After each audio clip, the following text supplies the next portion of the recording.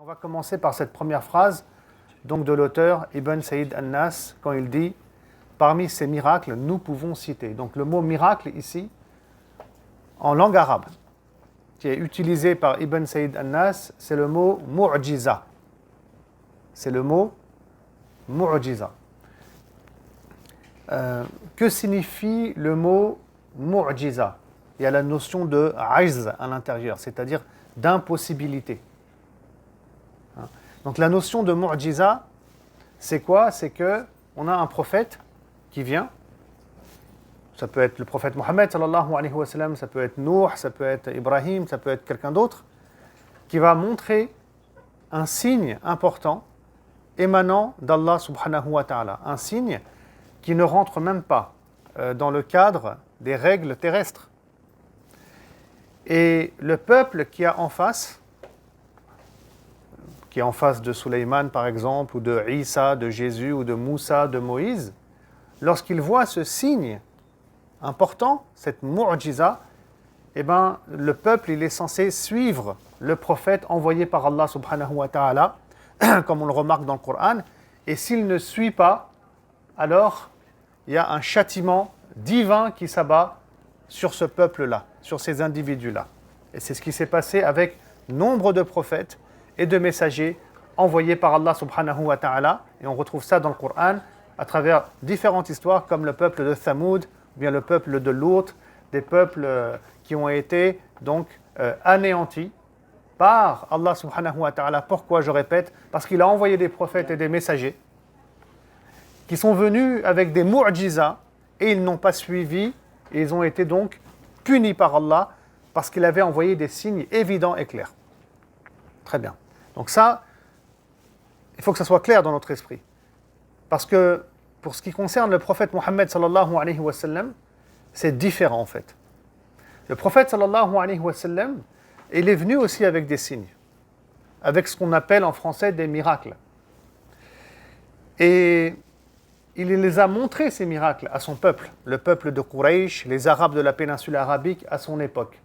Mais, il n'y a pas de châtiment qui s'est abattu sur les Arabes qui n'ont pas suivi le messager de Dieu sallallahu alayhi wa sallam à son époque. Pourquoi?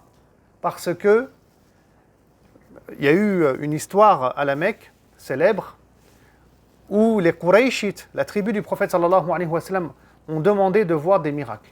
Si vraiment Dieu, il existe. Et parmi ces miracles, il y en a deux importants qu'ils ont demandé. Ils ont demandé que la Mecque, qui se trouve dans le désert, devienne une ville verte. Une ville verte avec des dattiers, etc.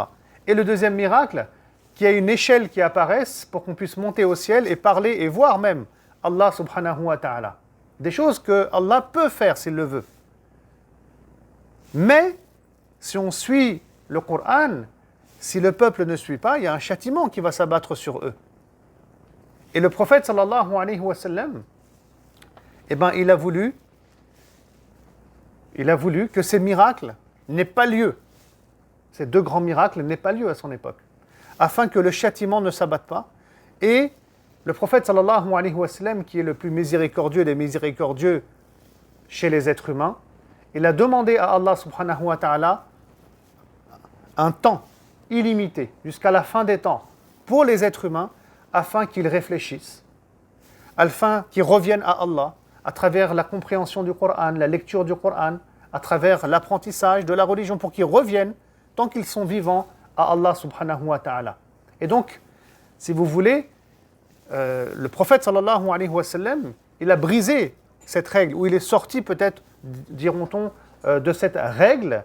Et donc il y aura des miracles, mais il n'y aura pas de châtiment en retour si les gens ne suivent pas. J'espère que c'est assez clair.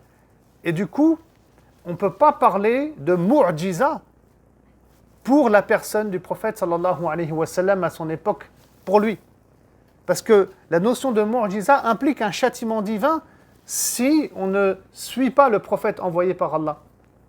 Et c'est pour ça que les savants préfèrent utiliser d'autres termes. En réalité, comme le terme ayat, c'est-à-dire des signes, ou bien un autre terme, je m'arrêterai dessus un instant après, c'est dala'il an-nubuwwa, donc des signes de la prophétie. C'est-à-dire que les miracles, c'est un terme français encore une fois, les miracles qui vont accompagner le prophète sallallahu alayhi wa sallam ont pour but d'aider le prophète en fait, sallallahu alayhi wa sallam, à accomplir sa mission. Les miracles du prophète sallallahu alayhi wa sallam ont pour objectif d'inviter et de pousser les êtres humains à croire dans le message qu'ils portent. Et s'ils ne croient pas, encore une fois, il n'y aura pas de châtiment qui s'abattra sur eux dans ce bas monde. Donc ce sont des signes. Et c'est pour ça d'ailleurs, parce qu'il y en a eu beaucoup, des signes et des miracles qui ont accompagné le prophète sallallahu alayhi wa sallam, qu'il va réussir sa mission en si peu de temps. Car la révélation, comme vous le savez, dure 23 années. Et les Arabes se sont tournés vers l'islam à cette époque-là. Une dynamique a prise et jusqu'à aujourd'hui, les gens, quelle que soit la nation à laquelle ils appartiennent, continuent à embrasser donc l'islam. Donc le prophète sallam, vous imaginez, hein, il est entouré de tribus dans la péninsule arabique. Les gens vont voir ces miracles de leurs yeux. Ce n'est pas seulement des choses qu'ils entendent. Et donc, ils vont croire dans la personne du prophète sallam et suivre son message. Ça va aider énormément le messager de Dieu. Donc c'est comme un cadeau, ces signes et ces miracles que Allah donne à son bien-aimé afin de lui faciliter son rôle de messager. C'est pour ça que le mot mu'jiza, il n'est pas forcément donc pertinent en réalité, bien que l'auteur l'utilise ici.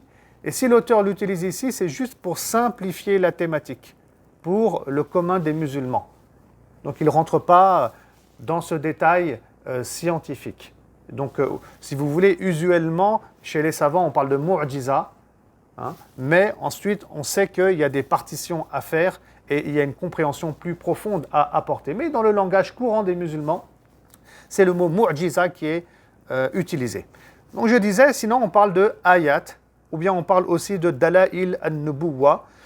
D'ailleurs, on a un savant musulman célèbre qui s'appelle Al-Bayhaqi, qui a écrit une œuvre en plusieurs volumes qui s'intitule Dala'il an-Nubuwwa, où justement il va répertorier et expliquer les différents miracles du prophète Mohammed sallallahu alayhi wa sallam.